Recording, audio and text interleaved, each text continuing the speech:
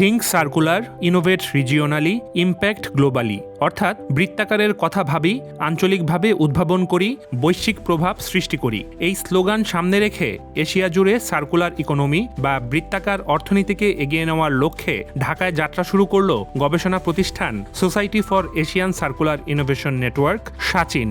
16 মে রাজধানীর তেজগাঁওয়ে অবস্থিত Bangladesh chamber of industry BCI এর কনফারেন্স রুমে আয়োজিত এক অনুষ্ঠানের মধ্য দিয়ে যাত্রা শুরু হলো প্রতিষ্ঠানটির। অনুষ্ঠানে সাচিনের প্রতিষ্ঠাতা প্রেসিডেন্ট প্রীতি চক্রবর্তী বলেন, সংস্থাটির লক্ষ্য হল গবেষণা, উদ্ভাবন, নীতি নির্ধারণী সম্পৃক্ততা এবং আঞ্চলিক সহযোগিতার মাধ্যমে এশিয়া জুড়ে টেকসই উন্নয়নকে এগিয়ে নেওয়া। আমরা আমাদের নদী, মাটি, বাতাস, বন, পানি সবকিছুর একটা সীমা আছে। এই সীমা অতিক্রম করলে উন্নয়ন আর উন্নয়ন থাকে না, তা হয়ে ওঠে ভবিষ্যৎ প্রজন্মের জন্য বোঝা। সাচিন বিশ্বাস করে যে পণ্য আমরা তৈরি করি তা যেন শুধু ব্যবহার শেষে বর্জ্য না হয়, যে সম্পদ আমরা ব্যবহার করি তা যেন বারবার কাজে লাগানো যায়, যে শিল্প আমরা গড়ে তুলি তা যেন মানুষ, প্রকৃতি ও অর্থনীতির মধ্যে ভারসাম্য তৈরি করে। এই চিন্তাই হলো সার্কুলার ইকোনমি বা বৃত্তাকার অর্থনীতি। আমাদের যাত্রা শুরু হয়েছে একটি গুরুত্বপূর্ণ বিষয় সামনে রেখে। বাংলাদেশ ও এশিয়ার অনেক দেশের অর্থনীতিতে সার্কুলার ইকোনমি অত্যন্ত গুরুত্বপূর্ণ। তিনি সাচিনের কাজ বিস্তারিত তুলে ধরে আরও বলেন, 5টি মূল ভিত্তির ওপর দাঁড়িয়ে আছে সাচিন। আমরা প্রশিক্ষণ, প্রকাশনা, সেমিনার, কর্মশালা, সম্মেলন, মিডিয়া আউটরিচ এবং ডিজিটাল প্ল্যাটফর্মের মাধ্যমে সার্কুলার ইকোনমি বিষয়ে জ্ঞান ও সচেতনতা ছড়িয়ে দিতে চাই। সাচিনের কাজ জাতিসংঘে আপনারা জানেন SDGর সঙ্গে সরাসরি যুক্ত, বিশেষ করে SDG 12, SDG 13 এবং SDG 17-এর সঙ্গে ওতপ্রোতভাবে আমরা সম্পর্কিত। আমরা সাচিনের কাজটাকে 5টি মূল ভিত্তির উপর দাঁড় করিয়েছি: people, planet, profit, policy and partnership.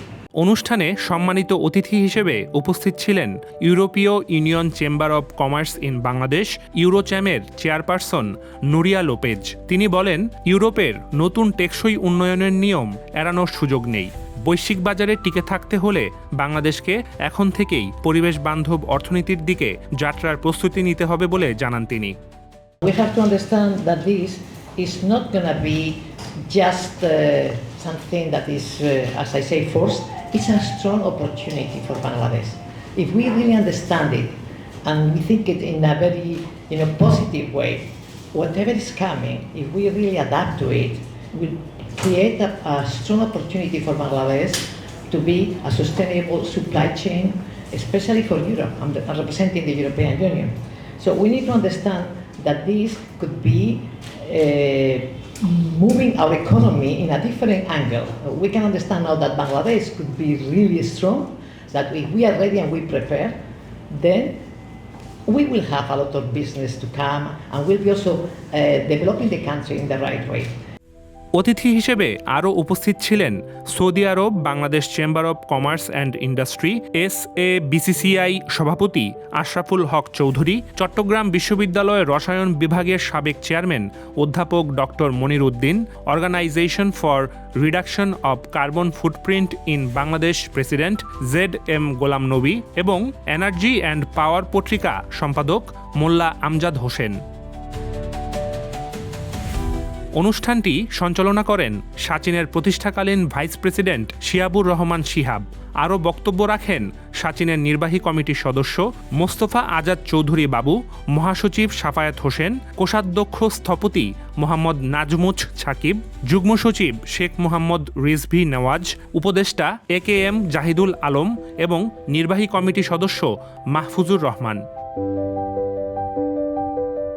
অনুষ্ঠানে সাচিন জানায়, সাচিনের কার্যক্রম জাতিসংঘের টেকসই উন্নয়ন লক্ষ্যমাত্রা SDG 12, 13 ও 17 এর সঙ্গে ঘনিষ্ঠভাবে সামঞ্জস্যপূর্ণ। অনুষ্ঠানে এশিয়ার জন্য একটি টেকসই, অন্তর্ভুক্তিমূলক এবং সার্কুলার ভবিষ্যৎ গড়তে সরকার, শিল্প, উন্নয়ন অংশীদার, গবেষক, বিশ্ববিদ্যালয় ও যুব সমাজসহ সকলকে একসঙ্গে কাজ করার আহ্বান জানায় Sachin. News desk, the financial express.